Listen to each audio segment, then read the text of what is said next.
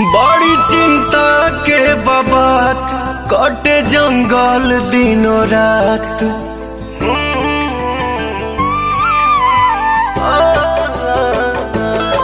बड़ी चिंता के बाबात कटे जंगल दिनों रात।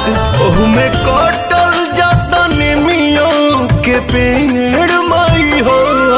बोला कहवा होई तहारो शेर माई हो। बोला कहवा होई तहारो बसेर माई हो।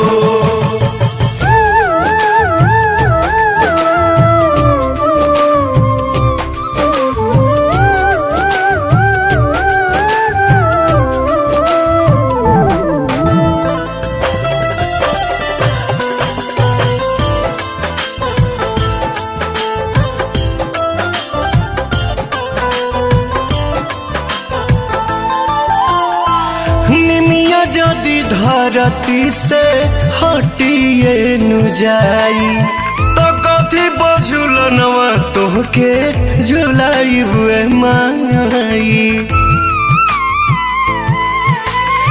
निमिया जदि धरती से हटिए नु जाई तो कथी बझुलनवा तोहके झुलाई हुए माई।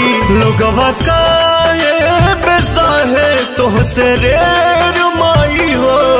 आखिर कहवा होई तहारो बसेर माई हो। बोला कहवा होई तहारो बसेर माई हो।